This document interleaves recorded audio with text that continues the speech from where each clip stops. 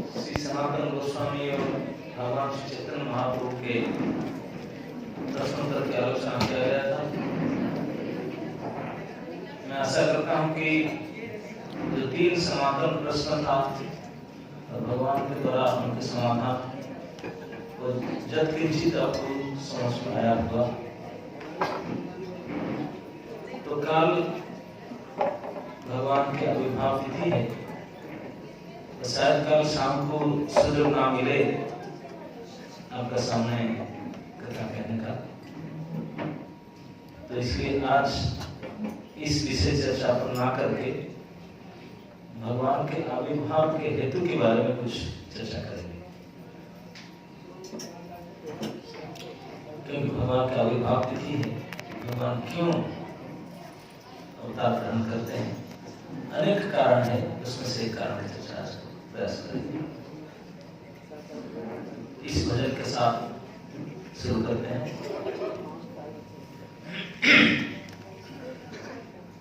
यदि गौर न होइत तबे कि होइत के मने हरिताम देह।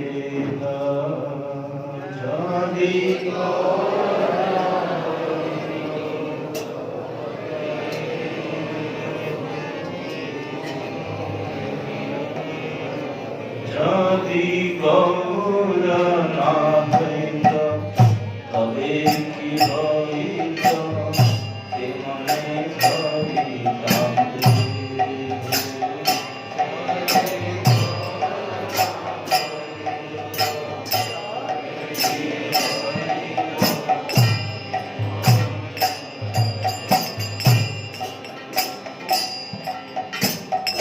राधार महिमा प्रेम रस सीमा।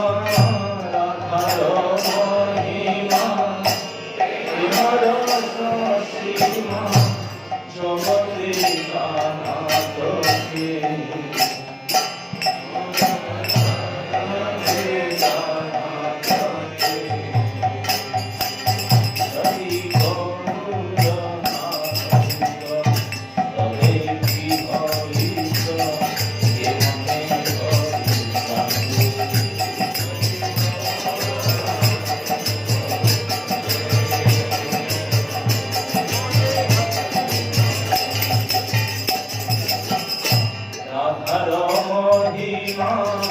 प्रेम रस सीमा। राधार महिमा प्रेम रस सीमा। जगते कानाथ के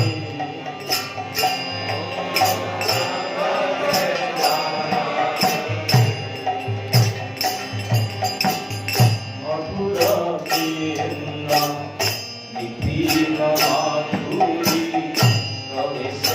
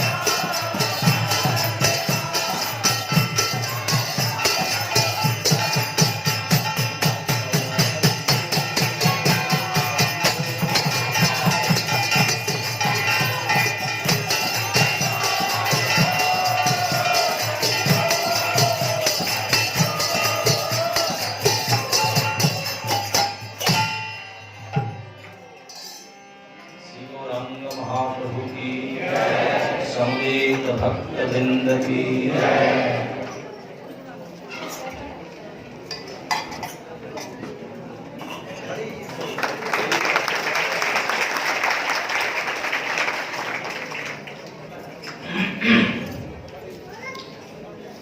जैसे भजन से आप सुने, यदि गौर ना हो तबे की है। अगर गौरांग महाप्रभु ना होते, अगर वो इस जगत में अवतार ना करते, अवतार ना लिए होते, तब क्या होता? क्या होता? राधा रानी की महिमा, प्रेम भक्ति का रस कैसे दुनिया को पता चलता? कोई नहीं जानता। ये सब उन्हीं का देन है। तो जो जो सब बताया गया ये सब, इसको कह करके वासुदेव घोष कहते हैं कि मैं क्यों गोरख के नाम लेकर के मैं हृदय गल क्यों नहीं गया? गल जाना समझता ना, पिघल जाना चाहिए। पाषाण हिया, बासुर पाषाण हिया, और वासुदेव घोष का छाती पत्थर में बना हुआ, इसे पिघलता नहीं तो इतने दया दयालु अवतार गौरांग के नाम लेकर के मिट जाना चाहिए। ऐसे भगवान है। तो उनका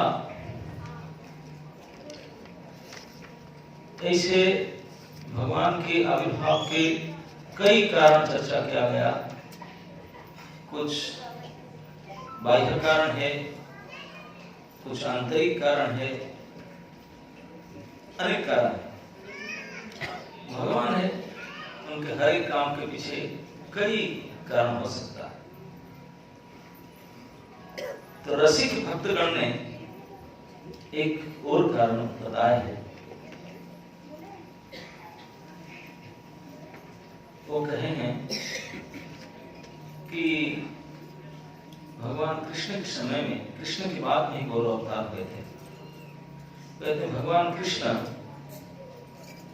रसिक शिरोमणि थे। भगवान कृष्ण का सबसे प्रकृष्ट रस आस्वादन का लीला है रास लीला, सबसे श्रेष्ठ लीला। तो रास लीला जब चल रहा था, भगवान के प्रकृष्ट आनंददायी लीला, भगवान को सबसे ज्यादा आनंद रास लीला में, वृंदावन। तत्रापि रासोत्सव, वृंदावन प्रसिद्ध है इसलिए है कि रासोत्सव हुआ। रासोत्सव, रास बिहारी कृष्ण रासेश्वरी श्री राधा के साथ रासोत्सव किए थे। तो रासलीला में, वृंदावन में अनंत कोटि गोपी, 1 करोड़ कितने में हो, कितनी संख्या होता है? 1 के बाद 7 जीरो, मतलब 1000, फिर 100,000 में 1 लाख, 100 लाख में 1 करोड़। तो ये कितने करोड़ बोलते नहीं, अनंत करोड़ में गिनती करो, अनलिमिटेड, इतने कोटि संख्या में गोपी। मतलब ये वृंदावन जो हम मटेरियल कैलकुलेशन करते हैं, इसमें 10-20 हजार लोग भरेंगे नहीं। वो चिन्मय जगत है, इसमें कोई सीमा, हमारा कैलकुलेशन में, हम मटेरियल कैलकुलेशन नहीं कर सकते कि इतने किलोमीटर बाई इतने किलोमीटर, इतने मीटर बाई इतने मीटर में इतने लोग कैसे खड़े हो सकते हैं? करोड़ लोग आएंगे किसी को? लेकिन चिन्मय जगत है, उसके हम लोग इस मटेरियल कैलकुलेशन कर ही नहीं सकते। इसलिए अनंत कोटि गोपी, और उनके साथ में अनंत कोटि नंदनंदन कृष्ण, एक गोपी के साथ एक कृष्ण गलवाही दे करके नृत्य कर रहे थे, गीत गा रहे थे जमुना पुरी में, अनंत सुख का आस्वादन कर रहे थे। उसी समय में ब्रजबालाओं के, ब्रज गोपिकाओं के मन में ये भाव उदित हुआ, इस समस्त विश्व ब्रह्मांड में हमारा जैसा सौभाग्यवान कौन हो सकता है? कितने महासौभाग्यशाली हम लोग हैं। अनंत कोटि ब्रह्मांड नाथ हमारे साथ में गलवाही देकर नाच रहे हैं जमुना पुरी में। कौन दुनिया में है जिनके चरण तो क्या, चरण के अग्रभाग में अंगुली भी नहीं, अंगुली के अग्रभाग में जो नाखून, नाखून से निकलता है जो किरण, वो भी हजारों हजारों मुनि ऋषि ध्यान लगाकर देख नहीं पाते। देवेंद्र मुनीन्द्र जोगेंद्र तक नहीं देख पाते, उनके पास जाना तो दूर की बात है। बड़े बड़े देवता ब्रह्मा रुद्र समेत क्षीर सागर में घुटने तक जल में खड़े होकर के बड़ी भाव मुद्रा के साथ पुरुष सूक्त पाठ किए थे। भगवत दर्शन को आप सामने दर्शन प्रसन्न हुआ, बस में सजाया पूर्ण ब्रह्मा जी के पास। तो ये जिसका दर्शन ही दूर से दुर्लभ है, बड़े बड़े देवेंद्रों को, जोगेंद्र को, उन अनंत कोटि ब्रह्मांड परम ब्रह्म परमेश्वर अनंत कोटि करुणा करुणालय भगवान श्री कृष्ण व्यक्तिगत रूप में हमारे सामने, हमारे साथ में हाथ मिलाकर, कंधे में कंधे मिलाकर नृत्य कर रहे हैं। वो जरा सोचिए तो सही, भाग्य की कोई सीमा है क्या? क्या सौभाग्य है हमारा। जैसे ये भवन को क्या कहेंगे, घर तो है, अहंकार तो है, और क्या है ना? मन में हठात अहंकार है, गर्व आ गया, कोई अशांति। हमारे सामने अगर कोई विश्व ब्रह्मांड में कोई और स्त्रियां का हमारे साथ तुलना कैसे क्या कर सकता है? भगवान को सब पसंद है, लेकिन घमंड बिल्कुल पसंद है। तुरंत नंदन इमीडिएट अनमैनिफेस्ट हो गए। वहीं से अनंत कोटि कृष्ण थे, सारे गोपियों के साथ एक कृष्ण, इमीडिएट जैसे मन में भाव उदय हुआ, गर्व अहंकार आया कि गए। अरे कहां गए, कहां गए?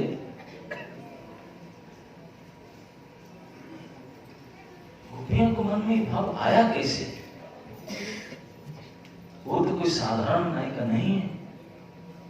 भगवान की अंग संगिनी कितने कितने साध्य साधनों तो बन ही नहीं सकते, उनके अंतरंग आसक्ति, उनके मन में गर्व, उनके मन में गर्व आ नहीं सकता। ये भी भगवत इच्छा है। भगवान की इच्छा से जोग माया ने अपने स्वरूप शक्ति इस ब्रजबालिकाओं के अंदर ही अहमिका भाव को प्रकट कराया। ये अहंकार को जोग माया ने प्रकट कराया, उनके अंदर ये भाव को लाया। आप बोलेंगे क्यों? उसका क्या बंदे क्यों खाए, उनको भगवान को आउट करा दिया? इसलिए कराया क्योंकि उनके अंदर में, हृदय में कृष्ण के प्रति जो प्रेम है, वो तो अत्यंत प्रेम आस्वादन करे आनंद, उस आनंद को और तीव्र करने के लिए, और मीठा करने के लिए, और मधुमय और बढ़ाने के लिए, और आनंदातिरेक करने के लिए ये व्यवस्था की। वो कैसे समझ में नहीं आया? आप ध्यान में सोचिए, आपको कोई फिस्ट में बुला रहा है लंच में खाने के लिए, और आप 11 बजे भरपेट खा लिए थे, और 1 बजे बुला रहे हैं, क्या करो इतने बड़े, लेकिन भूख ही नहीं। अगर सुबह से कुछ नहीं खाए होते, केवल पानी पिए होते, कुछ भी नहीं खाए, 1-2 बजे अगर लंच मिले तो पूर्ण आस्वादन कर पाएंगे कि नहीं? प्रबल खिदा हो तो पूर्ण भोजन का आस्वादन किया जा सकता है ना? अगर भोग कम है तो आस्वादन भी कम हो गए। ठीक इसी प्रकार भगवान के अनंत माधुर्य, अनंत मधुरता को आस्वादन करने के लिए इतने तीव्र खिदा भी होना चाहिए ना, इतने लालसा होना, उत्कंठा होना चाहिए, तब तक आस्वादन कर पाए। तो इसी आस्वादन लालसा को और तीव्र करने के लिए, और बढ़ाने के लिए, और गाढ़ करने के लिए, उन आस्वादन करने का भावना को और बढ़ाने के लिए इस संसार में विरह के अलावा और किसी का सामर्थ्य नहीं है। विरह एक ही ऐसी वस्तु है जो कि इसी लालसा को, उत्कंठा को और बढ़ा सकता है। समझे ना? समझ पा रहे कि नहीं? बाकी कोई उपाय नहीं भाई। जब भूखे रहेंगे तभी तो फिस्ट का आस्वादन कर पाएंगे। और कोई उपाय है क्या आपका आस्वादन करना? और कोई है? नहीं। फास्टिंग के बाद फिस्टिंग का जो स्वाद वो आप जब करेंगे तो रहेंगे। अब काल फास्टिंग जो पूरा करेंगे आप देखना किसे बदला लेंगे। सब है ना? आप जो 4 बार चौकस खाए तो हमको क्या भ्रष्ट मत बता लेगा, मजा नहीं आएगा। ठीक इसी प्रकार उत्कंठा जितने तीव्रतर होगा आस्वादन इतने मधुर होगा। तो भगवान अनंत कोटि माधुर्य सिंधु है, तो उनको आस्वादन करने के लिए इतना लालसा होना चाहिए ना। तो थोड़ी सी खाली जगह में कितना भरेगा ये अनंत को, तो वे भी खाली अनंत होना चाहिए ना। तो खाली करने के लिए आप जैसे पिष्ट खाने के लिए फास्टिंग भी चाहिए, तो इसी प्रकार से भगवत माधुर्य का आस्वादन करने के लिए भगवत आस्वादनता इच्छा को, लालसा को और तीव्रतम करना पड़ेगा। तीव्रतम करने की सहायता कौन कर सकता है? भगवत विरह। विरह के बिना समय तो फिर किसी का। तो इसलिए बीच बीच में भगवान विरह देख करके, दुख देख करके लालसा बढ़ाते हैं, ये मिठास देने के लिए। भगवान गायब हो तो सारे गोपिकाएं ढूंढते, बेचैन हो गए। भगवत विरह में वो तो पागल हो गए, पागल होकर के इधर उधर दौड़े भागे, पता नहीं चलते। भगवान अंतर्धान हो गए, इधर उधर चिल्लाकर भागे दौड़े, इधर जाके जंगल में रात में ढूंढते ढूंढते कहीं नहीं मिल रहा था। दूर से जंगल के रास्ते पर चंद्र की किरण दिखाई, स्वच्छ पूर्णिमा की चांदनी लाइट दिखाई पड़ रहा था, कूलिंग लाइट। उसमें देखिए दूर में रास्ता के ऊपर अंकित है पद चिन्ह, वहां के पद चिन्ह। और आपने प्राणनाथ का पद चिन्ह को कौन नहीं पहचानता? ध्वज वज्र अंकुश चिन्ह पद चिन्ह, ये तो समग्र दुनिया में सब जानते हैं, सब तो इसे ध्यान करते हैं। अति सुपरिचित पद चिन्ह दिखाई पड़ा।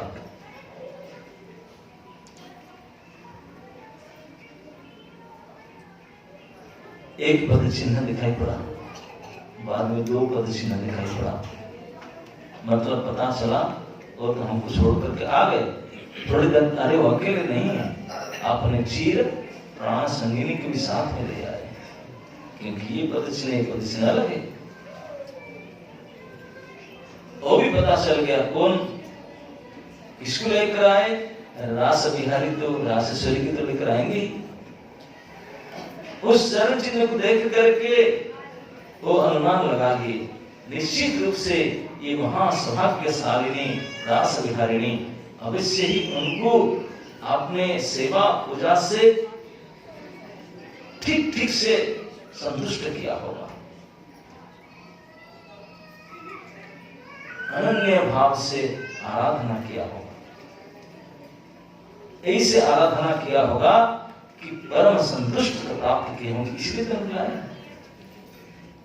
इस आराधना से संतुष्ट होकर।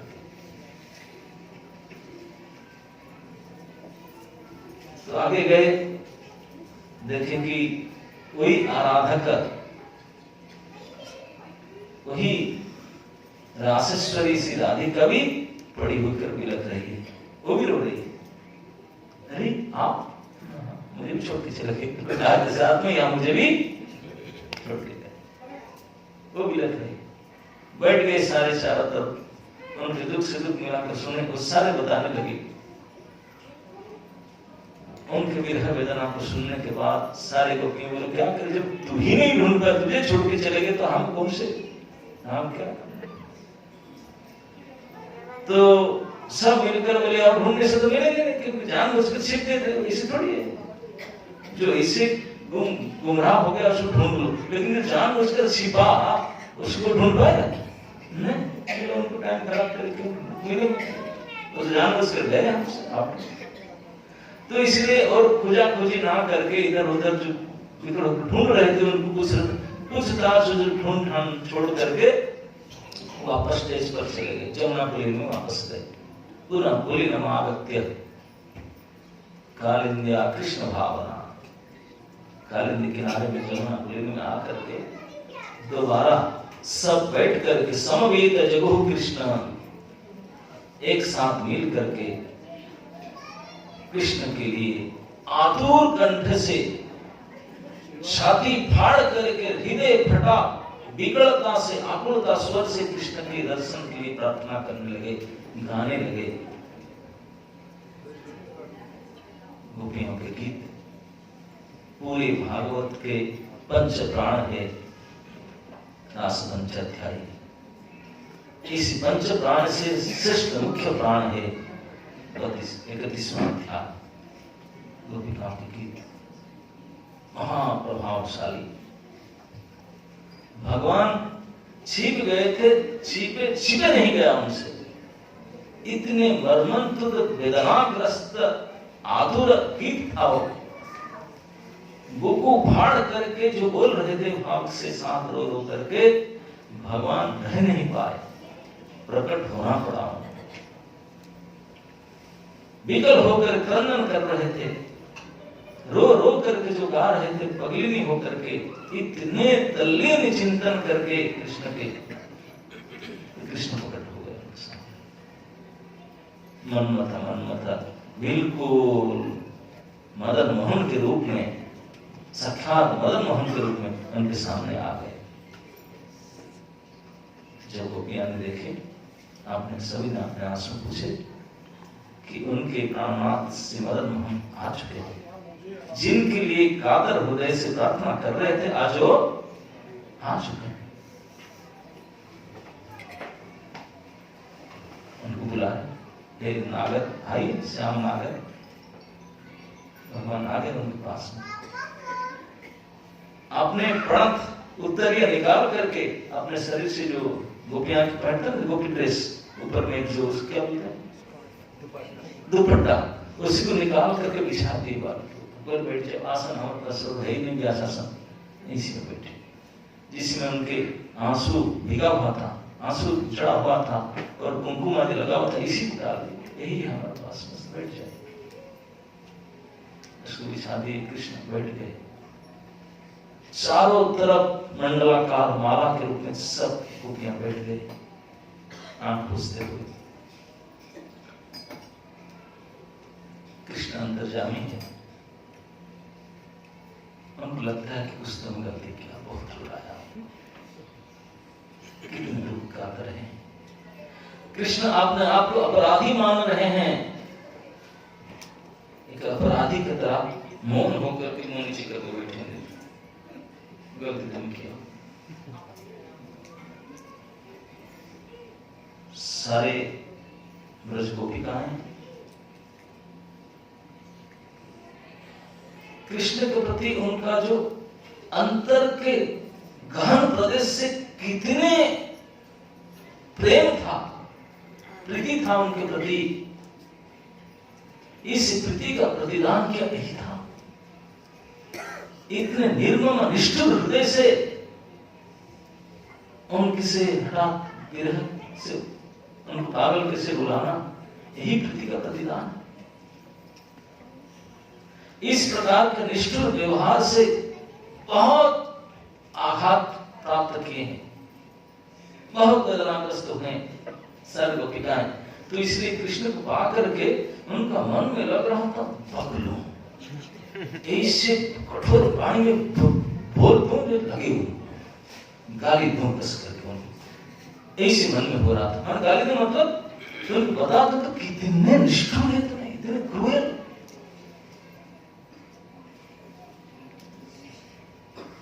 तुम इतने अकृतज्ञ कैसे हो सकता है, हम आपके लिए क्या नहीं किए, हमारे साथ यही व्यवहार करा, ऐसे कहना चाहते थे, बिल्कुल ठोस कर कठोर वाणी से कहना चाहते थे, लेकिन कह नहीं सकते। सभी चाहते हैं कहना, लेकिन जैसे कोई शक्ति उनको रोक रखा है, बोले कि रसाभास हो जाएगा, अरे वही तो प्राणनाथ प्राणेश्वर मत प्राणनाथस्तु सैवनाथ आश्रय सेवा पादरताम विनष्टुमाम।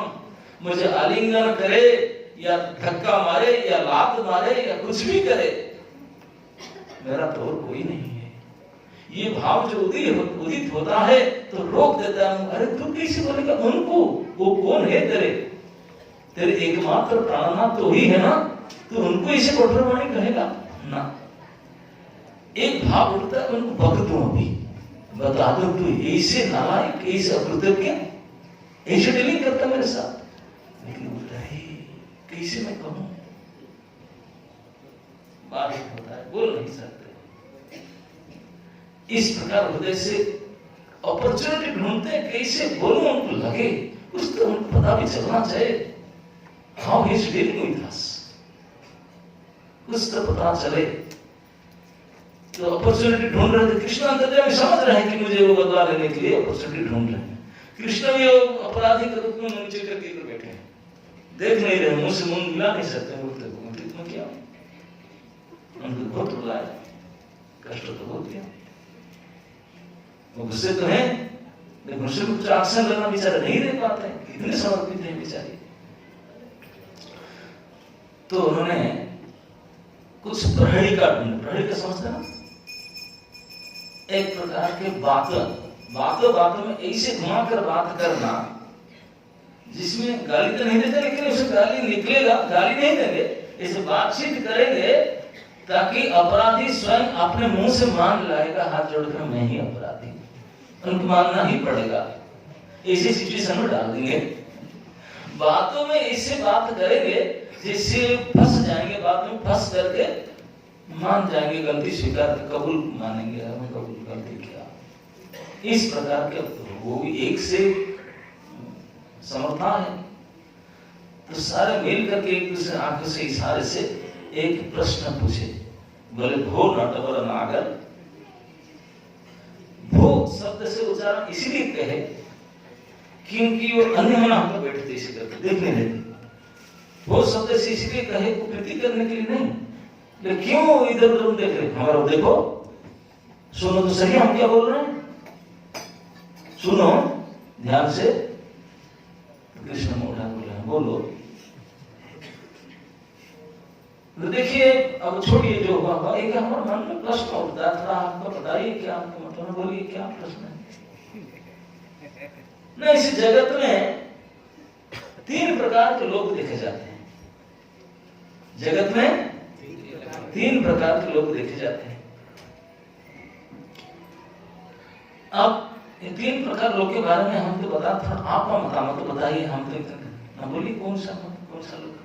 ना एक प्रकार के ऐसे लोग होते हैं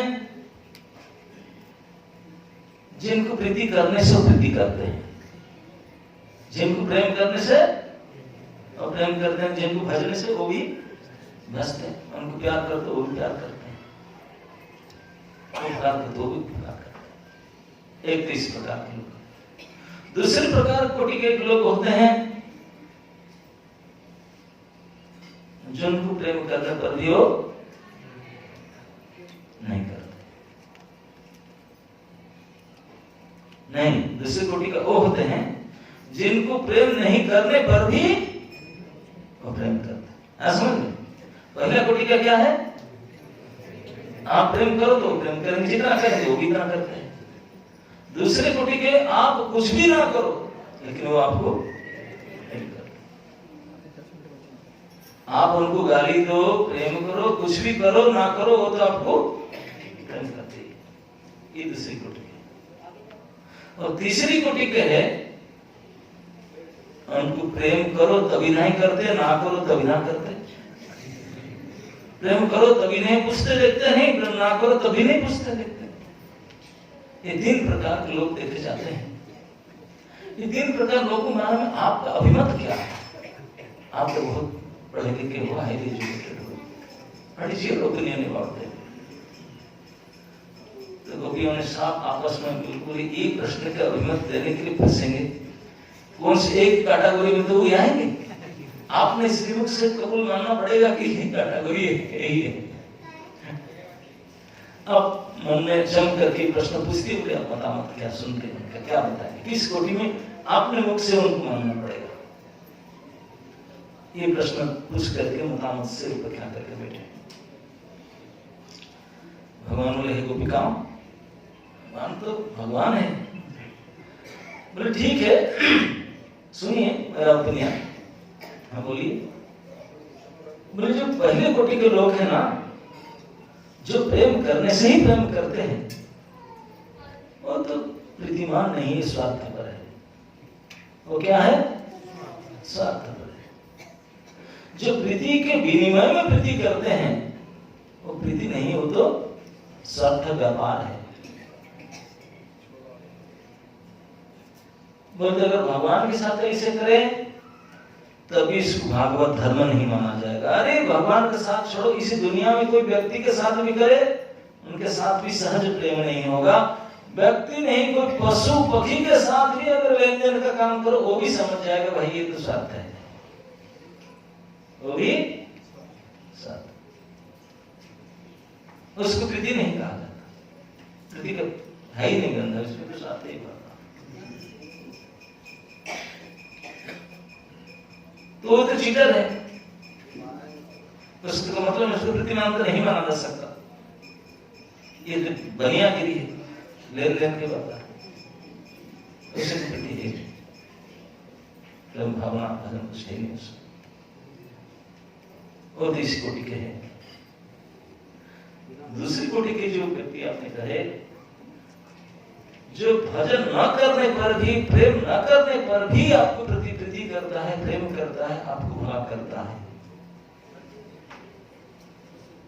ये तो निस्वार्थ प्रेमी है, उनका कोई स्वार्थ नहीं है। आप नहीं करते लेकिन भी वो आपको चाहता है, ये निस्वार्थ है।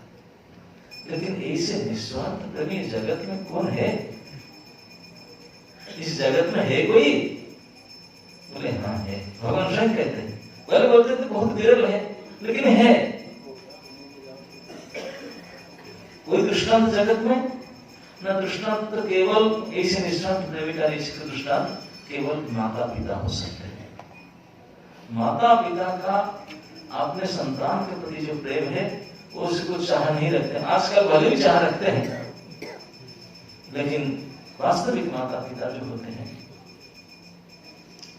वो पुत्र को चाहे काला हो, गोरा हो, मोटी हो, पतली हो, जैसे भी हो, वो तो स्नेह करते हैं, ममता करते हैं, सेवा करते हैं, उनको मेंटेन देख-रेख करते हैं, और आगे चल करके उनको पालेगा, पोसेगा, कुछ करेगा, वहां से जो करेगा बाद में देखा। अभी तो हमारा काम करते हैं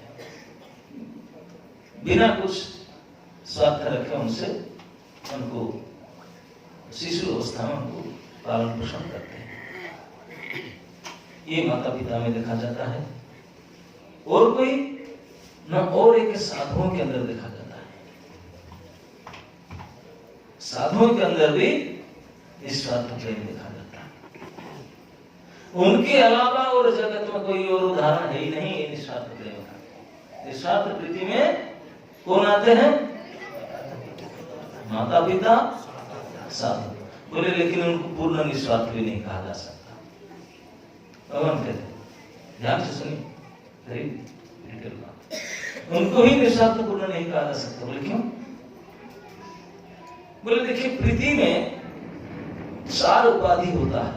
कोई भी व्यक्ति किसी को प्रेम करता है, प्यार करता है, कि उनको चाह रखता है, पसंद करता है, तो निश्चित रूप से 4 में से कोई गुण एक होगा, इसके कारण से करता है। हेतु 4 होता है, अहेतु की तो कुछ होता ही नहीं। प्रेम हेतु की होना चाहिए, लेकिन सब हेतु वाले, तो 4 हेतु होता है। किसी की प्रेम में 4 हेतु देखा जाता है। क्या 4 हेतु? बोलते रूप, गुण, सौंदर्य और संबंध। ध्यान दीजिए, क्या 4 है? इसी को लेकर के एक दूसरे को प्रेम करते हैं। और बहुत सुंदर है, सुंदरी है, रूप के चक्कर, रूप खत्म तो वो भी खत्म। रूप हेतु होता है, कोई रूप नहीं है तो गुण हो, किसी गुण के मारे किसी को कर। अगर रूप गुण नहीं है तो ऐश्वर्य है, धन धान्य मिलेगा। रूप गुण ऐश्वर्य ये तीनों नहीं है, माता पिता में तीनों के वाले नहीं, लेकिन संबंध है। बोले बाकी संसारी लोग तो तीनों के पीछे पड़े हैं, रूप गुण ऐश्वर्य के पीछे। जितने भी प्रेम संसार में 99.9% इन तीनों में है ना? नहीं, रूप के चक्कर में ज्यादा, बाकी धन के चक्कर में, बाकी गुण के चक्कर में भी। वो सुपोजिशन आदि धन के चक्कर में आ गया ना। लेकिन माता पिताओं के जो प्रेम इन तीन उपाधि नहीं है, रूप के लिए नहीं करते हैं, गुण के लिए नहीं, ऐश्वर्य के नहीं, लेकिन संबंध के लिए करते हैं। माता पिता का अपने संतान के प्रति, मेरा बेटा मेरे बेटी, ये जो प्रेम है, जो लगाव है, वो सच में देखा जाए बेटा बेटी के लिए नहीं, मेरे बेटी जो मेरे पर उनका अंदर जितना है इसी के लिए है। मेरे पर हट जाए तो प्रेम भी हट जाए। दूसरे बेटे कहेंगे ना मेरे थोड़ी है, केवल संतान के लिए नहीं, किसके लिए प्रेम है? अपने संबंध के लिए, अपनापन इसी में है, इसी के लिए प्रेम है लगा। दूसरे किसी बेटे है, उसके किसी बेटे नहीं, उनका किसी ना मिठाई लेकर आएंगे तो आपने भी छक देंगे, आपने ये संबंध जाता, बोले ये भी अहित की नहीं है, ये स्वार्थ संबंध जाता। तो इसलिए भी निर्दोष प्रेम, माता पिता का प्रेम भी निर्दोष प्रेम नहीं है, वो भी कट गए। रह गए साधु। बोले साधु ना तो रूप के चक्कर में रहते हैं, ना गुण के चक्कर में रहते हैं, ना ऐश्वर्य धन के चक्कर में रहते हैं, ना संबंध का कोई होते ही ये चक्कर में नहीं होते, लेकिन फिर भी प्रेम करते हैं, ये अहित की। लेकिन फिर भी एक हेतु है उनका, बोले चाहते नहीं, बोले चाहते नहीं है, फिर भी बोले क्या? बोले साधु और भक्तगण का अंदर सत्वगुण रहता है ज्यादा परिमाण में। सत्वगुण का वृद्धि होता है दया। सत्वगुण का वृद्धि क्या है? दया, करुणा। वो किसी के दुख देखने से उनका हृदय पिघलता है, ऑटोमेटिक पिघलता है। दूसरे के दुख देखने से उनका हृदय पिघलना शुरू हो जाता है। वो धैर्य धारण नहीं कर सकते, जेन तेन प्रकार में मदद करना चाहेंगे, भले आपने को कुछ भी करना पड़े, तकलीफ उठाना पड़े, दे वांट टू हेल्प, वो सहन नहीं कर सकते। दूसरे के दुख उनसे देखा नहीं जा सकता, क्योंकि दयावान है। दया सत्वगुण की वृत्ति है, तो सत्ववृत्ति होते हैं। तो जो साधु संत होते हैं, सत्वगुण की वृत्ति, दया भाव, करुणा भाव उनके हृदय में इतने पड़ा रहता है, इसलिए पर दुखी दूसरे को दुख देखा नहीं जा सकता, इसलिए वो दया करते हैं। भले ही उनका गाली दे, उनको कितने शत्रु भी क्यों ना हो, शत्रु के भी दुख उनसे देखें, क्योंकि उनके स्वभाव ऐसे है कि दुख नहीं सहन कर सकते। दुख सहन कर किसी का भी हो, चाहे कोई उनके मित्र हो, शत्रु हो, कोई भी हो, दुख देखना उनसे बनेगा ही नहीं, सहन नहीं कर सकते, वो पिघल जाते हैं। ये सत्व गुण की वृद्धि है, दया के कारण वो करते हैं। तो साधुओं के जो प्रेम है, जो उपकारिता है, ये गुणीभूता है, गुण के अंदर आता है। लेकिन ये स्वार्थ से नहीं करते, स्वार्थ के लिए नहीं करते, कुछ उनसे मिलेगा इसलिए नहीं करते। स्वाभाविक दया के प्रति उनका आता है सत्वगुण के कारण, इसलिए मदद करते हैं। तो इसलिए साधुओं का जो प्रेम, ये निस्वार्थ प्रेम माना गया। साधु और भक्त क्योंकि भगवान का विशेष गुण दया भावना रहता है, इसलिए निस्वार्थ, कोई स्वार्थ नहीं है। उनका जो उपकार, उनका जो प्रीति, वो निस्वार्थ है, लेकिन दया के गुण युक्त होता है। इसी के कारण वो कभी फंस भी जाते हैं। आप सुने होंगे महाराज भरत के वतन के बारे में, और कुछ नहीं था, इतने बड़े सुरक्षित राज्य लक्ष्मी को त्याग करके वन में चले गए भजन करने के लिए, लेकिन हिरणी मर गया, उनके बच्चा पैदा हुआ, किसी जिएगा, दया उठा कर ले आए, उनको घास खिलाए, उनको पाले, कोई नहीं उसका, बस इसी दया के चक्कर में खत्म, ऋण बनना पड़ा। कोई कभी कभी खतरा गुण बांध देता, बंधन में आ जाता। बोले लेकिन स्वार्थ नहीं उनका। बाकी अभी जो तीसरी कोटि के लोग आपने बताए थे, तीसरे प्रकार याद है ना, कौन थे? प्रेम करो तभी ना करे, ना करो तभी ना करे, वो करेगी नहीं। बोले काट पत्थर है तो उदासीन उनको क्या पड़ी। बोले ये तीसरे प्रकार के जो हैं, ये 4 प्रकार के लोग होते हैं। ये तीसरे प्रकार के जो उदासीन होते हैं, प्रेम करने पर भी नहीं करते, नहीं करने पर भी नहीं करते, वो उदासीन 4 प्रकार के होते हैं। 4 कोटि के लोग कौन कौन? सबसे पहले आत्माराम, आप्तकाम, अप्रतिज्ञ और गुरुद्रोही। ध्यान दीजिए, भगवान कहते हैं 4 कोटि। कौन कौन है? आत्माराम, आप्तकाम, अकृतज्ञ और गुरुद्रोही। ये 4 प्रकार के लोग को प्रेम करो तभी नहीं पूछेंगे, ना करो तभी ना पूछेंगे। वो उनको पड़ी नहीं दुनिया, उदासीन।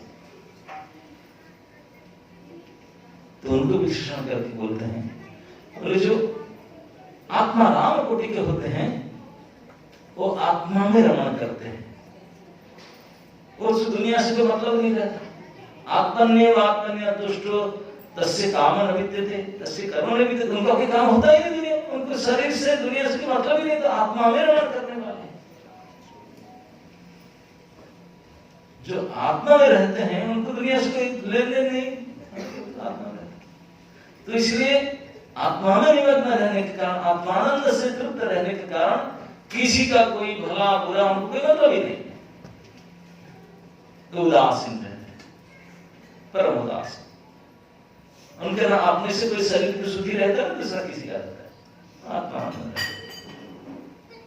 तो इसलिए किसी को पूछेंगे उनको प्रेम करो, गाली करो, उनको फर्क दो, आत्मा में रहते हैं, तो दुनिया में रहते नहीं।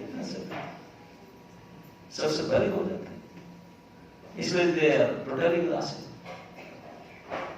और दूसरे कोटि के उदासीन होते हैं आप्तकाम। आप्तकाम व्यक्ति उसको कहा जाता है, वो आप्तकाम एक प्रकार की योग सिद्धि है। क्या है? योग सिद्धि है। काम वासनिकता योग सिद्धि। वो योग सिद्धि के जिसके पास होता है आप्तकाम का योग सिद्धि, वो उनके मन में जो भी भोग का मन आएगा इमीडिएट उसको प्राप्त हो जाएगा। भोग करने का सामर्थ्य भी आ जाएगा, भोग सामग्री भी आ जाएगा, बिल्कुल तृप्त होकर भोग करेगा। जितने मर्जी चाहेगा इतने मर्जी भोगेगा, उनको मिलेगा, और शक्ति भी मिलेगा भोगने के, भोग भी मिलेगा। ये योग सिद्धि है। तो इसलिए वो तृप्त रहता, वो किसी बड़ी नहीं, तुम पूछो ना पूछो, उनका अपनी सिद्धि की वजह से उनको मिलता रहता, सिद्धि मिलता रहता। काम वैसे तो काम बस में कर रखा है, जैसे चाहेंगे ऐसे बन जाएगा, जितने चाहेगा इतने हो जाएगा। तो इसलिए किसी को पड़ी नहीं उसके। लेकिन ये जो 2 प्रकार के हुए, आत्माराम और आप्तकाम, ये दोनों में थोड़ा पार्थक्य है। क्या पार्थक्य है? आत्माराम व्यक्ति आत्मा में, आत्मानंद में डूबा हुआ है, और आप्तकाम व्यक्ति विषयानंद में डूबा हुआ है। समझ में? आत्माराम आप्तकाम डिफरेंस? ये विषयानंद जड़ आनंद है, सिद्धि के कारण जड़ वस्तु को प्राचुर्य, सामर्थ्य प्राचुर्य, इसीलिए भोग रहा है। ये विषयानंद में डूबा हुआ है, ये आत्मानंद में डूबा हुआ है, इसलिए उनको दुनिया में कुछ पड़ी नहीं। कोई उनको पूछे ना पूछे, जरूर क्या ये दोनों इस प्रकार से उदासीन रहते। कोई उनको प्रेम करे ना करे, उनको फर्क नहीं पड़ता, क्योंकि उनको सिद्धि की वजह से तृप्त है, और उनके आत्मा का आनंद कुछ तृप्त है, उनकी से मदद नहीं चाहिए। अब तीसरे कोटि के व्यक्ति जो होते हैं, वो होते हैं अकृतज्ञ, अनग्रेटफुल। समझ आ रहा? अकृतज्ञ, अकृतज्ञ तो समझ आता ना? अकृतज्ञ हम लोग सब यही है, तो इसलिए क्या है, एग्जाम्पल से आपको कोई उपकार करे, हेल्प करे, लेकिन आप उसको गालियां दे, ना करे, तो थैंक यू ना कहे, तो बेईमानी उसको कहते हैं, बेईमान है ना। तो ये अकृतज्ञ बेईमान जो होते हैं, तो भगवान कहते हैं कि अकृतज्ञ आदमी तभी बनता है, नहीं तो अकृतज्ञ बन ही नहीं सकता। क्योंकि अकृतज्ञ तभी बनता है जो बेचारा इनोसेंट है, अज्ञानी है, जिनको पता ही नहीं कि मुझे कोई उपकार किया है। उनको समझने का उनके पास क्षमता नहीं, उनका बुद्धि में, उनके इंद्रियों में, उनके मन में इतना ताकत नहीं है ताकि समझ पावे कोई मुझे उपकार कर रहा है। समझने के उनके पास अधिकार नहीं, उनके पास इतने क्षमता नहीं है। इसी कारण से बेचारे वो ग्रेटफुल नहीं हो पाते, कृतज्ञता प्रकाश नहीं कर पाते, इसीलिए वो दया के पात्र है। वो बेचारे अज्ञानी हैं, उनको पता नहीं है कि उपकृत हो रहे हैं करके बेचारे, तो इसलिए उनको दया करना चाहिए। बेचारे जानते अज्ञानी है, इनोसेंट है। अगर हम उनको समझ जाते तो गदगद हो जाते, अच्छा आपने मदद की थी, मुझे नहीं पता। तो बेचारे इनोसेंट है, इसलिए ग्रेटफुल ये कृतज्ञता प्रकाश नहीं कर पाते हैं, क्योंकि उनको अज्ञान, जानते नहीं थे, जान करके इसे नहीं कर पाते। तो बेचारे इनोसेंट है, इसका कृतज्ञ। लेकिन जो चौथा प्रकार के है वो कौन था? गुरुद्रोही। वो खतरनाक है, वो सब जानता है, सब समझता है, लेकिन इतने पाषाण हृदय, पाषांडी बुद्धि हृदय के कारण उपकारी का भी अपकार करना। जो उनको दया करता है, उनको मदद करता है, उनका क्षति करना। जो उनको पढ़ाया खिला पिलाया, उनका विरोध करना, उनको कष्ट देना। ये सब जानकर खा पी करके कि उनके स्वभाव ही खराब है, गुण खराब है, पाषांडी है, तो उनको गुरुद्रोही कहा जाता है। ऐसा नहीं जानते, अच्छा तरह से पता है, उनसे लेकर खाते हैं लेकिन उनके खाते हैं, ये तो गुरुद्रोही है। ये सबसे जघन्य है, उनसे हीन कोई व्यक्ति नहीं हो सकता। सबसे हीन, अकृतज्ञ से भी बहुत ज्यादा हीन, बहुत ज्यादा जघन्य ये गुरुद्रोही होते हैं। अकृतज्ञ तो फिर भी दया के पात्र है, बेचारा समझ नहीं पाया, इसलिए थैंक यू नहीं कर पाया। लेकिन वो सब समझ करके थैंक यू नहीं कहो तो कल चुप रहो, नहीं चुप नहीं रहेगा, उल्टी काम करेगा। अरे भाई, किसको साहाय्य नहीं कर पाओ, ठीक है, हेल्प नहीं कर पाया, उपकार नहीं किया, अपकार तो मत करो, तो अपकार ही करेगा हाथ धो करके। उनके पास समझ नहीं है तो दूसरे से उधार ला करके अपकार करेगा। ये उनका, ये सबसे जघन्य होते हैं, बहुत हीन कोटि के व्यक्ति होते हैं। उनको कहा गया कौन है वो? गुरुद्रोही। जब भगवान ने इन गुरुद्रोहियों का विशेषण किए, सारे गोपिकाओं ने एक दूसरे को आंख देखकर हंसने लगे। इसी कोटि में आ गए, आपने मुख से अभिमान रहे कि हम इसी में आप अब जाएंगे का पकड़ में, ठीक है। अगर हम गाली दिए होते तो हम ज्यादा से ज्यादा बोलते होते अकृतज्ञ हैं, अमलेट को, लेकिन वो तो भी एक श्रेणी और निकाले हैं जो उससे भी नीचा। तो हम तो बोलने गाली देने पर भी ऐसा गाली नहीं दे सकते, तो और हाई क्लास का अपने आप को इस कोटि में लाए हैं, अकृतज्ञ से भी और नीचे का कोटि लाए। तो बहुत अपने आप में खुश होते हैं, अभी अपने मुख से मान रहे कि मैं किस प्रकार की कोटि का हूँ। जैसे आपस में बोलकर बोले हमारे प्रश्न फंसे पूरी तरह से, हमको बोलना नहीं पड़ा, लेकिन आपने आप में अभी मान्यता मान रहे बेचारे श्याम सुंदर जी, अभी आपने मुंह से कबूल कर रहे हैं कि गुरुद्रोही सबसे जघन्य है, और आप तो इसी प्रकार कोटि में आते हैं। जैसे आपस में इशारा करके आपस में हंसने लगे, तो भगवान समझ गए कि वो तो मुझे इसी कोटि में डाल रहे हैं। भगवान बोले ना, हम बोले नहीं नहीं नहीं नहीं, ऐसा मत समझो, मैं गुरुद्रोही ना, तुम नहीं हो, तुम आप ही जो विशेषण की सुपीरियर बैठता है, आपने लोगों में बेटी है, और बोले ना, बोले गुरुद्रोही हिंदू कौन सा कोटि में है आप बताइए। मैंने किसी भी कोटि में नहीं। बोले एक आप जानते हैं? चुप बैठे। बोले क्या? बोले ना। बोले जो मैं इतने सारे बताया ना, तो मैं पहले कोटि का प्रेम करने वाले प्रेम करते हैं, इसी कोटि में नहीं है। स्वार्थपर कोटि, प्रीति के बिना मैं प्रीति इसी कोटि में भी नहीं हूँ। और प्रीति न करने पर भी प्रीति करे साधु गुरु माता पिता की ओर, ऐसे इस कोटि में भी नहीं है। बोले माता पिता और साधु का थोड़ा सा उच्च कोटि संसारिक से ऊपर उठते हैं, तो भगवान गुण से बोले फिर भी मेरे साथ समान नहीं। तो उनका संसारिक प्रेम से हाई ग्रेड है। साधु प्रीति, माता पिता की प्रीति संसारिक प्रीति से थोड़ा उच्च कोटि का है, लेकिन फिर भी भगवत प्रीति के समान नहीं है ना। मैं इस कोटि में भी नहीं हूँ। और बाकी जो तीसरी कोटि है, जो उदासीन है, बोले मैं ना उदासीन नहीं हूँ, क्योंकि मैं परम कारुणिक हूँ, परम समर्थ हूँ, परम रसिक हूँ।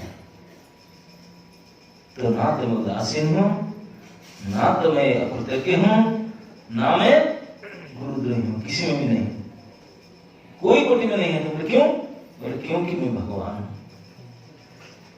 ये सब मानवीय प्रीति है, ये सब मनुष्य कोटियों का कोटि में आता। मैं मनुष्य है ही नहीं, तो मेरे से बैठेगा नहीं। ये सब मनुष्य भाव की प्रीति है, प्रेम है। मैं मानवीय प्रेम से ऊपर, क्योंकि मानव पुरुष गुण के अंदर आते हैं। बोले साधु भी गुणीभूता है, सत्वगुण की वृत्ति इसके अंदर है। मतलब मैं सत्वगुण खत्म कोई गुण नहीं मेरे अंदर, मैं तो निर्गुण हूँ, गुणातीत हूँ, तो इसलिए मैं किसी में भी नहीं बैठूंगा।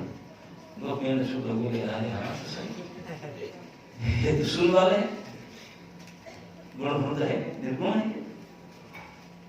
गुणातीत है। बोले इसलिए गुणातीत होने के कारण ये किसी व्याख्या में मैं नहीं बैठता ना। इस मनुष्य प्रेम के कोटियां हैं, और मैं मनुष्य कोटि में आता ही नहीं, तो इसलिए मुझे दोष मत दीजिए। अच्छा ठीक है, आप किसी में बीट नहीं बैठते, तो फिर आप ऐसे किए क्यों हमारे साथ? हम दुख देख करके विरह में डालकर इसे क्यों गए? क्या रीजन क्यों किए? तो भगवान बोले देखो, अगर ये प्रश्न मुझे पूछते हैं मैं इसे क्यों किया आपके साथ, आपको रुला कर छिप गया क्यों? बोले भगवत प्रेम मनुष्य प्रेम से अलग होता है, भगवत प्रेम का स्वभाव अलग है, और मैं भगवान हूं। भगवान का अनेक अद्भुत स्वभाव गुण होता है, तो मेरे अंदर एक विचित्र गुण है स्वभाव में। क्या? न कि विचित्र स्वभाव मेरे अंदर है, मेरे प्रेम में स्वजन प्रीति विवर्धन। ऐसा समझ में? क्या? हाँ। जो मेरे निजजन होते हैं, मेरे अपना आदमी होता है, उनके प्रेम जितना है वो इतने में संतुष्ट नहीं हूं, और बढ़ाना चाहता हूं, और बढ़ाना चाहता हूं। जितना होता है मैं इससे संतुष्ट नहीं, और उनको बढ़ाना चाहूंगा, और बढ़ाना चाहूंगा, क्योंकि मैं अनंत हूं। मैं चाहूंगा कि मुझे अनंत गुणों में आस्वादन करे, वो भी इतने आनंद से जाए। ये थोड़ा सा आनंद क्यों लेता है? मेरे पास आकर के इतना रहेगा ना, उनको वृद्धि करना चाहूंगा। हमेशा मैं चाहूंगा जो जितने बड़ा उनको और बड़ा करूंगा, और बड़ा करूंगा। ये मेरा स्वभाव है, क्योंकि मेरे से कोई आनंद लेना चाहता है, मैं छोटी सी आनंद लेकर खुश नहीं होगा, तो उसके आनंद पाने का लोभ को मैं और बढ़ाते जाऊंगा, और बढ़ाते जाऊंगा। स्वजन प्रीति विवर्धन। बोले मेरे स्वजन होगा, मेरे आस्वादन, मेरे माधुर्य का आस्वादन करना चाहेगा, तो उसके अंदर आस्वादन की क्षमता को और बढ़ाते जाऊंगा, और बढ़ाते जाऊंगा, और बढ़ाते जाऊंगा। ये मेरा कर्तव्य है, तो मैं इस बेचैन से नहीं बैठता हूं कभी। जो मेरे से बोले जो मुझे भूल गए तो भूल गए, छोड़ो उनको, क्या करूं, उनके पीछे लगा रहा हूं, दूसरे एजेंसी लगा रहा हूं, मार पीट कर याद दिला उनको, और डेंटर का भेजता हूं, जो भूल गए। लेकिन जो मुझे याद करते हैं, मुझे जानते हैं, मुझे भजते हैं, मुझे प्रेम करते हैं, पसंद करते हैं, मेरे आदमी होकर, मेरे स्वजन परिजन होकर के रहते हैं, तो उनको तो मैं चैन से बैठने नहीं देता। उनको मैंने, उनके अंदर मुझे आस्वादन करने का, मेरे मधुरता को, आनंद को पाने का, उनके अंदर लालसा को बढ़ाता रहता। प्रीति की ओर बढ़ाना चाहता हूँ, ये मेरा स्वभाव है। मैं इसे नहीं बोलती जितना है और बढ़ाओ। आनंदम बुद्धि वर्धन, आनंद बढ़ता ही रहता है, रहता नहीं। तो इसलिए मेरे जो निज जन है, स्वजन, उनके प्रति विवर्धन, ये मेरा विशेष गुण है। इसलिए जो मेरे अपना है, तो उनके प्रीति को बढ़ाने के लिए मैं कभी बढ़ाने के लिए क्या और उपाय है ना, कोई एक ही तो उपाय, दूसरा कुछ है नहीं। उनसे अलग हो जाना, गृह हो जाना, यही तो एक ही होता, दूसरा कोई उपाय है नहीं। जिनको चाह बढ़ाना चाहता है उनसे हट जाना पड़ेगा, तो बेचैन होगा। जैसे मैं कहा कि प्रसाद के स्वाद लेने के लिए भूख होना चाहिए, भूख के बिना स्वाद नहीं आएगा, तो इसलिए भूख बढ़ाना ही पड़ेगा, है ना। तो इसलिए मैं बढ़ाता हूं। अब बढ़ाने का तरीका है छिप जाना, विरह। और कोई है नहीं, जब उनके साथ में रहूंगा तब विरह किसे बढ़ेगा, किसी भी मुझे पाने का, मुझे मधुरता को आस्वादन करने का उत्कंठ बढ़ेगा किसी। तो इसलिए मैं उनको दुख में डाल करके हट जाता हूं। बोले मेरा एक गुण है, मेरे जो भक्त लोग हैं, कभी कभी उनको मैं प्राप्त होता हूं, उनके पकड़ में आ जाता हूं, उनके पास आ जाता हूं, प्राप्त हो जाता हूं उनको। तो मुझे प्राप्त हो जाते हैं तो वो तो इतने आनंद महसूस करते हैं, इतने आनंदित हो जाते हैं, तुरंत निकल जाता, गायब हो जाता तुरंत। अरे सर पिटते हैं, आया गया। बोले ऐसा क्यों? बोले जो गरीब लोग होते हैं, 50 रुपया में जो चल जाते हैं, दिन गुजारा करते हैं, उनको धन की लालसा नहीं होता। कोई 50 लाख करोड़ लोग, उनकी क्या पड़ी है भाई, उनको 50 रुपये काम चलता है ना, उनका उनको कोई मतलब नहीं उनसे, वो सोचते नहीं भी उनको कोई बढ़ते, उनको किसी को मतलब नहीं, अपना अपना 50 रुपये काम चल रहा है उनका पड़ी। लेकिन ऐसे 50 रुपये वालों से मतलब नहीं, उनको अगर अकस्मात 50 लाख कोई से मिल गया, कोई दे दिया, कितने खुश होंगे। और घर में आए और खो गया, कोई चोरी कर दिया, बोले अभी उनका नींद हराम हो जाएगा। कभी नहीं सोचा था, लेकिन अब मिला घर चला गया, अब तो गया। सारे चिंता छोड़कर, खाना पीना छोड़कर उन्हें बैठे कहा, बोले यही हाल में करा। बोले मैं पहले मिल जाता हूं उनको, इतने बड़े महानिधि साक्षात प्रभु मिल गए मुझे, इतने आनंदित हो जाता है। अरे जैसे कोई 50 रुपया वाला को 50 करोड़ मिल जाए, लटरी खुल जाए, है ना, समझ रहे ना उदाहरण। तो इसे बोले मैं किसी को भक्त को प्राप्त हो जाऊं तो वो तो आत्महरा हो जाता है। महानिधि प्रभु मिल गए, मुझे पास आते ही मिल गए, अरे आया था गया कहां, बिलखेगा, विलापित करेगा, छाती सर पीट पीट करके रोएगा, विकल होकर के तड़पते रहेगा। मुझे उसमें बहुत आनंद मिलता है, भगवान तो मुझे उसमें क्या बोलते हैं कि बेसुरों से बोलता आपने, दूसरे को दुख देख करके मजा आता मुझे।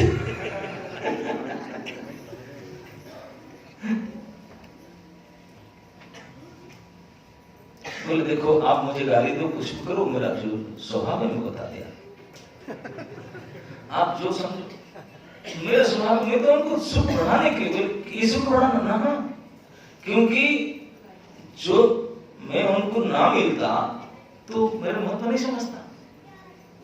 मैं उदाहरण दिया, जैसे 50 रुपया रोज चलता, वो क्या जानता है, लेकिन एक बार मिल गया और फिर खो गया। जैसे छोटे बच्चे होते हैं ना, ये प्रैक्टिकल से देखो, उसके पास है नहीं स्मार्टफोन, देखे ना अपने वैसे कोई चमके, एक बार स्मार्टफोन में थोड़ा देखा दो, यूट्यूब वीडियो देखा कर, फिर उसे छीन लो, छोड़ेगा? अरे तेरा सब कि कोई अच्छे लड्डू को अच्छे वस्तु दिला दो, फिर छीन लो, अरे नहीं छोड़ेगा फिर। ठीक इसी प्रकार भगवान बोलते हैं, ये जो तड़पना, ये जो आह है, चाह है, वो जब तक बहुत ज्यादा नहीं पढ़ेगा तो मुझे आस्वादन कैसे करेगा? मेरे मधुमेहता को, मेरे मधुरता को आस्वादन करने के लिए भूख बढ़ना चाहिए ना, उत्कंठा बढ़ना चाहिए। उत्कंठा को बढ़ाने का तो यही उपाय है। इसीलिए मैं बढ़ाता हूँ, क्योंकि मेरा स्वजन प्रीति विवर्धन ये गुण है। मैं इस प्रकार से बढ़ाता और रुलाता हूँ, रो रो करके विलखता विलाप करता है। फिर जब एक बार चरम सीमा पर उनका विलाप पहुंचता है, तब जब मैं प्राप्त होता हूँ, तब इतने आनंद महसूस करता है कि फिर तो सोचूंगा ये करा था मैंने उसको, बहुत ज्यादा सुख देने के लिए मैं इसको इसे कराता हूँ, ऐसे समझो कि मैं उसको कराता हूँ। तो इस बात को सुन करके सारे भक्तगण भगवान को दाते हुए धन्य धन्य धन्य है। गोपियां बोले धन्य आप ऐसे करा देना। यस, पहली बार सुन करके भगवान के भक्त वत्सला के ऊपर तो शंका हो, बोले कैसे भक्त वत्सल यार रुलाते बोलते में मजा आता है। लेकिन जब भगवान बोले मैं रुलाता हूं उनको असीम सुख देने के लिए, बोले ये भी ओ थैंक यू, धन्य है आप, आपके गुण धन्य है। परम सुख चरम सुख दिलाने के लिए अब करना है। मैं उनको असीम चरम सुख दिलाने के लिए बुलाता, क्योंकि विलखना तड़पना साहबपन बढ़ेगा तब मिठास बढ़ेगा, मधुर ऐसे आस्वादन कर पाएगा। तो ऐसे असीम आस्वादन आनंद देने के लिए मैं उनका उत्साह बढ़ाता हूँ, उत्कंठा बढ़ाता हूँ। इस बात को सुन करके सारे भक्तगण धन्य धन्य धन्यवाद, जय हो प्रभु आपको, जय हो ठाकुर जी, आपने क्या गुण है आपके, क्या प्रीति है आपके। गोपिका बोले धन्य है, ये तो गुण आपका मानना पड़ेगा। ये गुण तो सर्वोत्तम अत्यंत विशेष गुण है आपके, प्रतिवर्धन के गुण, इसीलिए मैं करता हूं। लेकिन ये बात सुन करके जितने भक्त मंडली थे सब आपने धन्य माने, कृतार्थ माने।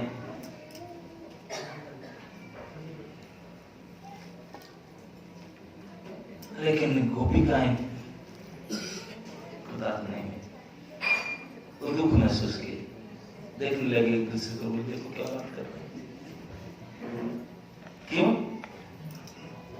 बोले भैया जिसी के अंदर आपके प्रति प्रेम का कुछ कमी है,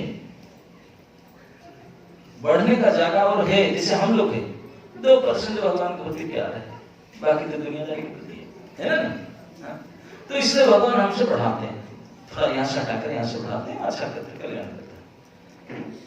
लेकिन जिनका 100% भरा हुआ है, कुछ है ही नहीं, उनको क्या करना, समझ रहे ना।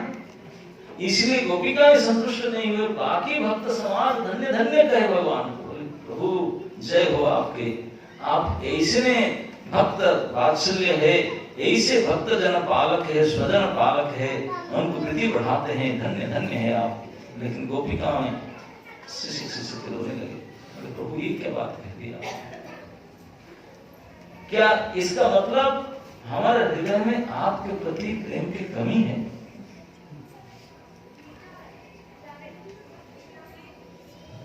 भगवान को हार ना पाओ, भगवान के लिए एक गोपिकाएं एक्सक्यूज मी, ये बात जो कहा उसने आपके लिए नहीं कहा, don't mind, it is not for you. क्यों? क्योंकि हाँ मानवीय प्रीति का विश्लेषण पहले किया गया था, लौकिक प्रीति, उसके बाद भगवत प्रीति का विश्लेषण भगवान स्वयं अपने श्रीमुख से किए, उसके बाद अभी गोपी प्रीति का विश्लेषण करने जा रहे हैं। वो मानव प्रीति भगवत प्रीति से भी और विशेष है, और विशेष है। गोपिकाओं के हृदय में, मन में, बुद्धि में जितने ठा है, ठा समझते ना, स्पेस है, जितने जगह है, जितने जगह है पूरे टाइट फुल एंड तक भरा पड़ा है कृष्ण प्रीति। स्वसुख वासना शून्य, आपने सुख की इच्छा है ही नहीं, केवल केवल चाह इच्छा कि कृष्ण को सुखी करूं। एक बिंदु मात्र भी स्पेस खाली नहीं है कि जिसको थोड़ा बढ़ाएं, कृष्ण के प्रति प्रेम थोड़ा बढ़ने की इच्छा। अगर ऐसा कोई कहे कि प्रेम वृद्धि करने के लिए मैं प्रयास किया हूं, तो गोपी प्रेम को मर्यादा हो जाएगा, मर्यादा हानि होगा, गोपियों को प्रेम के मर्यादा हानि होगा। तो भगवान इसके बोले एक्सक्यूज मी, जो मैं कह दिया मैं आपके लिए नहीं कह रहा हूँ, दूसरे से पब्लिक जनरल भक्तों के लिए कहा। मैं जानता हूँ आप भगवान अपने श्रीमुख से गोपी प्रेम का विशेषता, विशेष महिमा को स्वयं बताने के लिए ना, आप इस कोटि में नहीं, मैं जानता हूँ। मदर्थे त्यक्त जीविका त्यक्त देहिका, मेरे लिए आप सब कुछ त्याग दिए हैं, लोक धर्म, वेद धर्म, परिवार, सारे सब कुछ त्याग करके एक करके आप आए हैं। इसलिए और मैं जानता हूं आपके हृदय में मेरे प्रति कोई और स्थान ही नहीं, कि वृत्ति होने का नहीं, सर्व सीमा तक प्रेम भरा पड़ा है मेरे प्रति, आपके हृदय में कुछ स्थान ही नहीं है, इसकी वृद्धि किया जा सकता है। तो इसलिए मैं ये कह करके मैं वृद्धि बढ़ाने के लिए इसे किया, तो हम कम नहीं क्या बढ़ाएंगे, पहले से बढ़ा हुआ है, स्पेस ही नहीं है। भगवान मान गए, यस आपका हृदय में स्पेस है ही नहीं, पहले से कंप्लीट है। तो इसलिए मैं जो कहा स्वजन प्रतिवर्धन, ये आप स्वजन के अंदर नहीं है, स्वजन से ऊपर है। गोपीजन केवल गोपीजन कहलाएंगे, स्वजन नहीं कहलाएंगे। इसलिए स्वजन परिपालक भगवान के गुण है, लेकिन उसके ऊपर भगवान का और एक नाम है क्या, गोपीजन वल्लभ। भगवान गोपीजन वल्लभ, गोपीजन स्वजन से भी और ऊपर है, किंतु स्वजन में तो प्रीति बढ़ने का स्पेस है, गोपीजन में स्पेस है, पहले से बना हुआ है, पहले से फूल है ही नहीं। आरएसी भी नहीं चलेगा, वेटिंग लिस्ट क्लियर होगा, क्योंकि पहले से फूल है, हमेशा फूल करता है। तो इसलिए वृद्धि का स्थान ही नहीं, तो मैं बढ़ाएंगे किस कहेंगे, बढ़ाने के लिए मैं व्यवस्था कर रहा हूँ, कोई व्यवस्था जरूरत नहीं, पहले से बढ़ा हुआ। तो इसलिए गोपीजन वल्लभ हाथ जोड़कर स्वीकार करते हैं, एक्सक्यूज मी, ये आपके लिए नहीं था। ये जो स्वजन प्रीति विवर्धन गुण के कारण मैं अंतर्धान हो जा रहा हूँ, छिप जा रहा हूँ, गिरा बढ़ा रहा हूँ, ये आपके लिए नहीं थी, आपके लिए नहीं बैठे।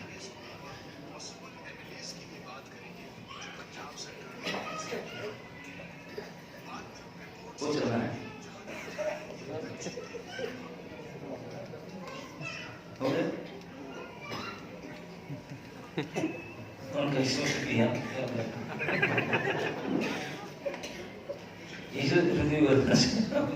इलेक्शन चल रहा है, इलेक्शन चल रहा है क्या चल रहा है? हाँ तो न्यूज पूछा, न्यूज प्रति अभी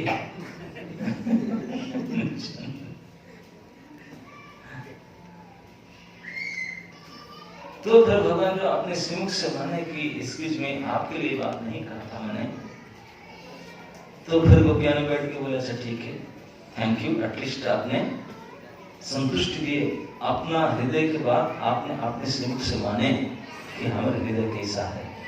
इसलिए थोड़ा सा शांति हमको मिला कि कम से कम आप तो गोपीजन, गोपीनाथ अपना हृदय गोपियों को हृदय तक पहचाना, समझा कि गोपी प्रेम है कैसा, ना हमें बिल्कुल पहचान। आप इसी कोटि के नहीं, स्वजन परिजन से भी बहुत, आप गोपीजन है, गोपीजन है, आप किसी कोटि में नहीं, केवल आपके प्रमाण, आपके तुलना, आपकी उपमा आप में ही है, गोपी गोपी है। इसलिए ये उदाहरण आपके लिए ना ठीक है, मान गए, थैंक यू, आपने अपने हृदय को हम पहचान कर सही बता, लेकिन ये तो बताओ फिर आपने ऐसा क्यों किया, भाग्य फिर जब ये कारण नहीं था तो फिर आपने हमको रुला कर छिप कर भाग क्यों गए थे, इसका उत्तर तो दो, बीच में बेटा भाई देना पड़ेगा, बताओ जो ये नहीं फिर किसी। तब भगवान ने कहे अश्वरी मैं इसलिए गया था भाग करके क्योंकि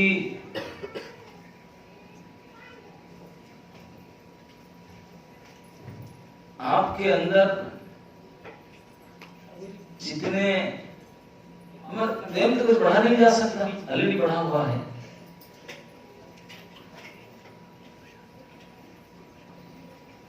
लेकिन जो ऋण चुकाने के लिए मैं सोच रहा था, इसी वजह से ऋणी हो।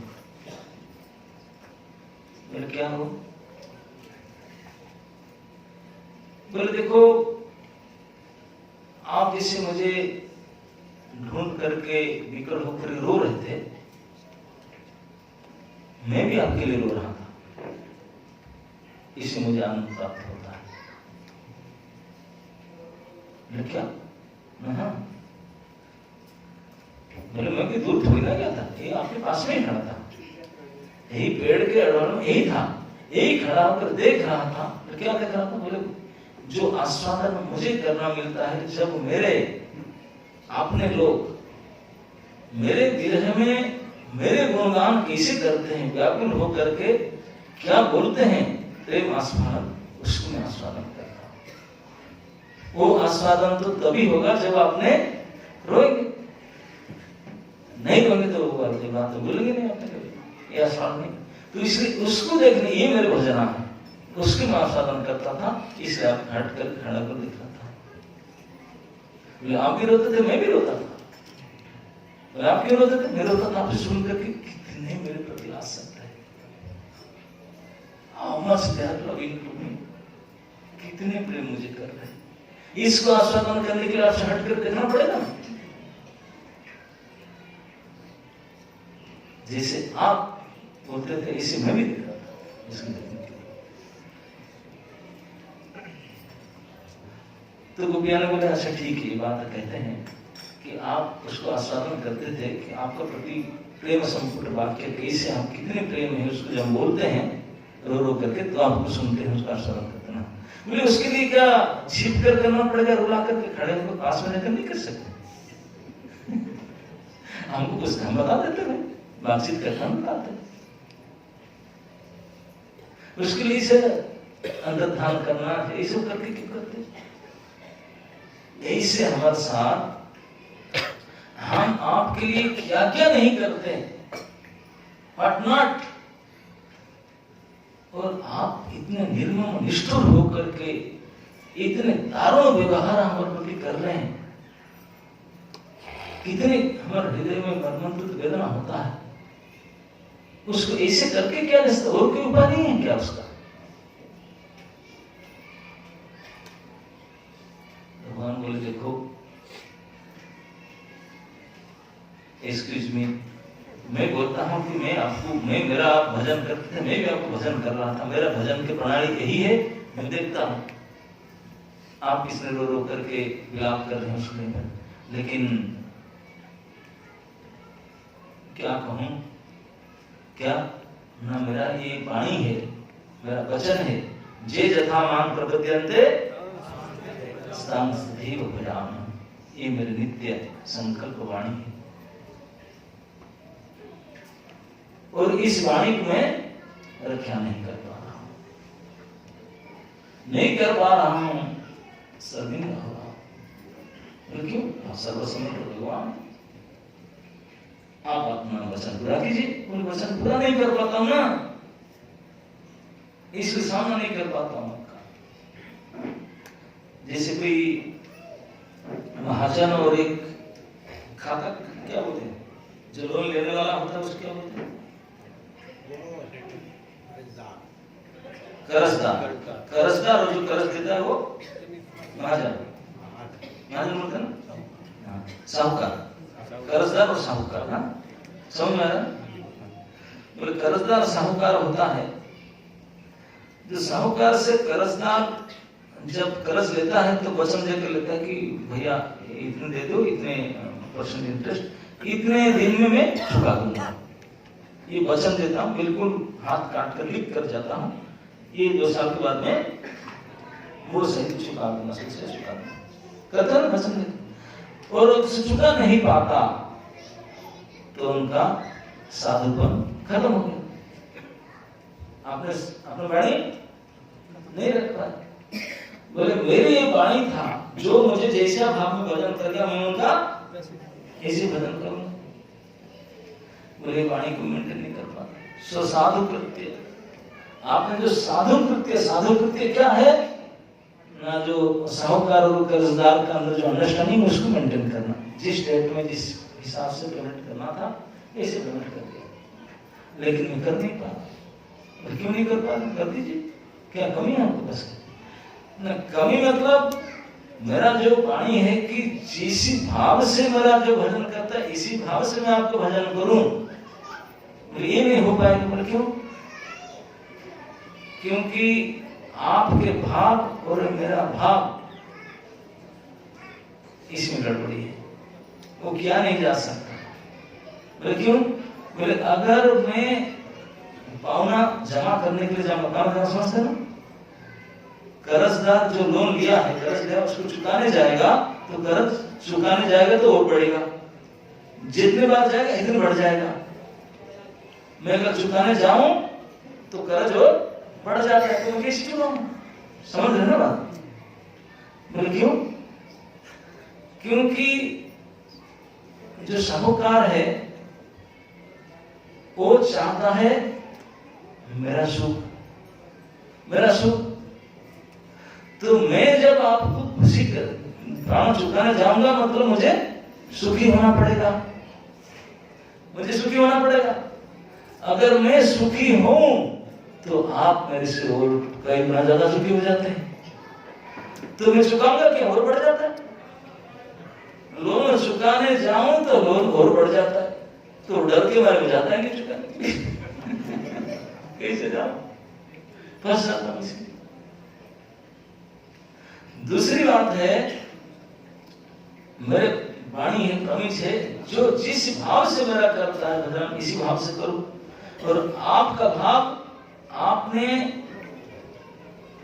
लोक धर्म, वेद धर्म, परिवार के धर्म, सारे धर्म को जलांजलि त्याग, सारे बाधा विघ्न सब तोड़ करके, मर्यादा को तोड़ करके भाग कर आया है ना आधी रात में। मैं कुछ तोड़ा नहीं, मैं जो बंसी बेट में आकर बांसुरी बजा, कोई मुझे बाधा ही नहीं था, कोई लोक धर्म, वेद धर्म, मर्यादा धर्म को तोड़ा ही नहीं। तो फिर सेम भाव में भजना कैसे होगा? आपका भाव मेरा भाव बैठता है। मैं भी तोड़ ताड़ कर आता, आप भी तोड़ ताड़ कर आते, तभी जमता ना। आप सब तोड़ ताड़ करके पागल प्रबल वेग से आए तो मेरा वेग ही नहीं, तो जमेगा कैसे? क्योंकि मेरे पास कोई बाधा विघ्न नहीं है तोड़ कर तुम आए, मैं तो सिंपल बैठा हूं। आप ही सब बाधा विघ्न को कितने चैलेंजेस फेस करके आए, I don't have any challenges, तो कैसे होगा? हमारे पास चैलेंज हो ही नहीं सकता, सर सपोर्टिव नहीं। आप इतने चैलेंज हैं, लोगों को चैलेंज से नहीं। दूसरी बात है, वेग की बात है, कितने प्रबल था आपका। बोलते हैं आप इतने सारे बांध को तोड़ करके केवल मेरे में चिंतन ध्यान मन लगा करके आ रहे हैं, तो आपका केंद्रीभूत हो रहा है मेरे लिए। आपका सारे विचार, सारे भावना, सारे आकर्षण एक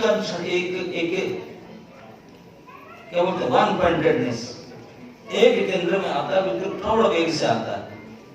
तो कितने फोर्सफुली आता है था कितने, लेकिन मेरा, क्योंकि आपके कोटि कोटि भक्तों का भगवान तो एक है, तो इसलिए मेरे प्रति फोकस कर जाते हैं। और मेरा केवल आप ही के मधुर रस, मेरे कितने रस है पंच रस में, पंच कोटि कोटि अनंत कोटि भक्त हैं, मुझे से बढ़ जाता है। बोले एक धारा आता है उसको 50 धारा चैनलाइज कर दो तो फोर्स कम हो जाएगा कि नहीं? बिल्कुल धीरे हो जाएगा। बोले मतलब मेरे अनंत कोटि बढ़ जाता है, और आपका एक फोर्स में आता है। सारे को बांध कर एक में छोड़ दो, कितने पावर से आएगा, और बांट दो, चैनलाइज कर दो, कम हो जाएगा। तो बोलते हैं मेरा फोर्स बिल्कुल कम और आपका इतने पावर, तो इसलिए फिट नहीं बैठता। दूसरी, ये जो रस आस्वादन प्रेम करते हैं आप हम आपस में, आप दोनों को आपस में, इस प्रेम रस का आश्रय आप है, विषय में हूं, क्योंकि प्रेम के विषय में हूं, प्रेम के आश्रय आप ही करते हैं, आप आश्रय। तो हमेशा विषय रहता है नीचे, आश्रय रहता है ऊपर। तो ऊपर से जो धारा आता है वो ठोस में आएगा, तो नीचे वाला ऊपर उठेगा तो ठोस नहीं होगा, तो इसलिए भी नहीं करता। इसलिए किसी भी प्रकार से जे जथा मांग भजते ताम तथैव होता ही नहीं। आप जिस भाव से किए इसी भाव से मैं कहीं इम्पॉसिबल हो ही नहीं सकता, हो ही नहीं सकता। तो इसलिए मेरा ये वचन यहाँ साधु कृत्य जो मैं करता साकर में चुका नहीं पाता, जो मैं अंडरस्टैंडिंग बात एग्रीमेंट किया था मैं कर नहीं पाता हूँ, आपसे फिट नहीं बैठता, कर नहीं पाता न पारे हम निरवध्य संयुजा। तो इसलिए मैं हाथ जोड़ के माफी मांगता हूँ, मैं कर नहीं सकता। न पारे कान पकड़ता हूँ, नहीं कर पाऊंगा, ऋण चुका नहीं पाऊंगा, बात रक्षा नहीं कर पाऊंगा। ठीक है अभी नहीं कर पाएंगे, टाइम ले लो, जितने टाइम लेना है आप दे देते हैं टाइम, नहीं कितने टाइम विविधा ब्रह्मा के आयु भी दे दो तो अभी भी नहीं कर पाऊंगा। टाइम से क्या ये बढ़ते हो ही नहीं सकता, असंभव है। ना तो क्या ऋणी रहेंगे, ना करूं क्या, ऋणी रहना तो नहीं चाहता हूं, लेकिन कुछ उपाय करो फिर। तो एक ही उपाय तो देखता है क्या ना, अगर साहूकारी खुद ही छोड़ दे, चलो लोन माफ कर देता तभी हो सकता है। और तो कोई उपाय दिखता नहीं।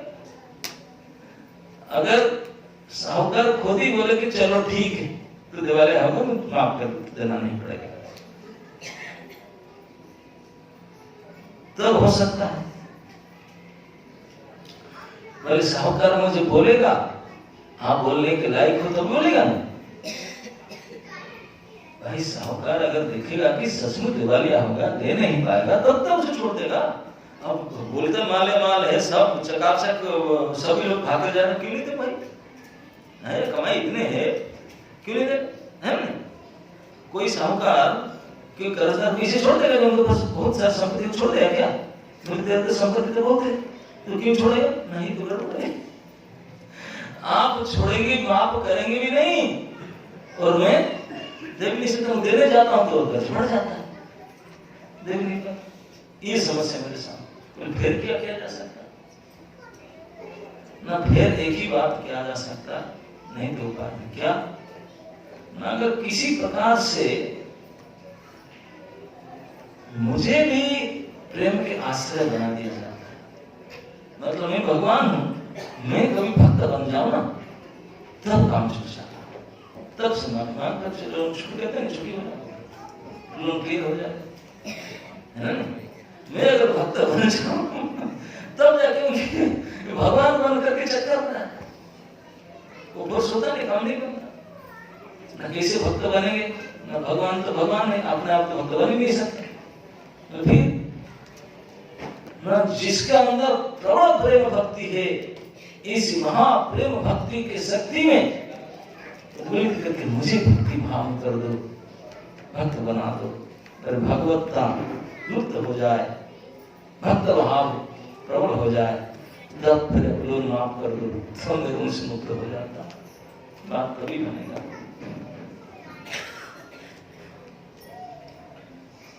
तो सबसे ज्यादा भक्ति के शक्ति है श्री राधा रानी के पास, मादनाख्य महाभाव। मादनाख्य का विशेषता इतना है कि अगर कृष्ण के स्पर्श कहीं मिल गया, एक स्पर्श, एक अंग का एक अंश का स्पर्श मिल जाए, या दर्शन मिल जाए, या उनका झूठन घर में मिल जाए, या कहीं देखने मिल जाए, उनकी हंसी दिख जाए, कथा सुन जाए, थोड़ा सा क्षण मात्र संभोग, क्षण मात्र उनकी प्राप्ति से अजस्र अजस्र अनंत कोटि सुख प्राप्त हो जाता है। ये विशेषता है मादन का, मादन के मोह।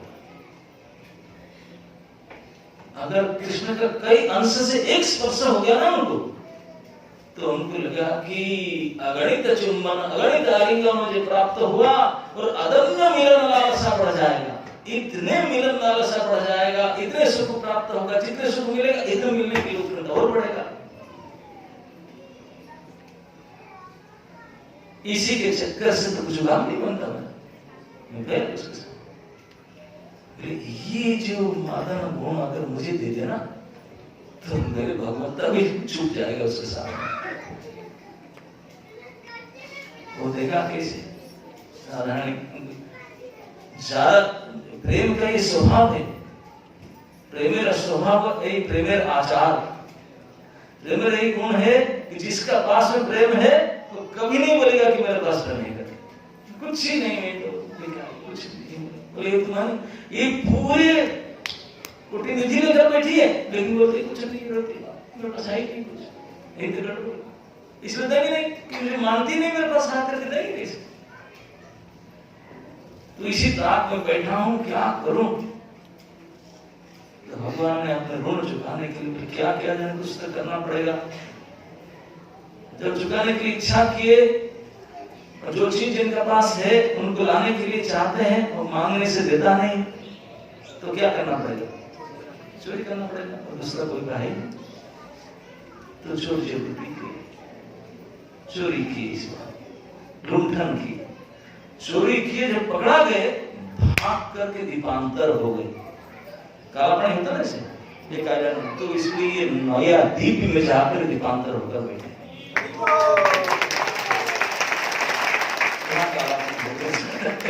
कहाँ भव्य पकड़ने गए, बोले ये सीखते रहो, इस नए दीप के अंदर जा करके हाथ उठा करके हा कृष्ण हा राधे, बोले इतने से काम नहीं चलेगा, सारे संसार को नाम कराओ, नाम कर बुलाओ, तब जाकर कुछ काम करो।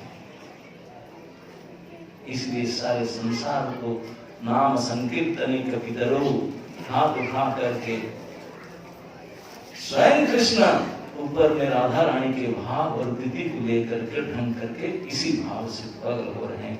वही इसी गौरांग महाप्रभु की जय, भक्त वृंद की जय।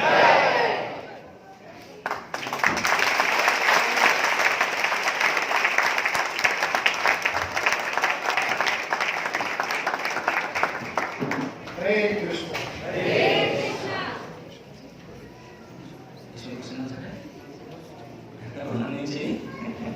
हरे कृष्ण। कभी आप सब बैठे रहिएगा क्योंकि बहुत ही महत्वपूर्ण सूचना है सब भक्तों के लिए। तो सबसे पहले हम भक्त का धन्यवाद करेंगे जिन्होंने इस कथा के आयोजन के लिए सेवा करी है। तो उनसे निवेदन करूंगा वो स्टेज पे है और माला महाराज से प्राप्त करे। तो है हर्षित गुप्ता प्रभु जिन्होंने 51 रुपए की सेवा की है प्रसादों के लिए। तो हर्षित गुप्ता प्रभु।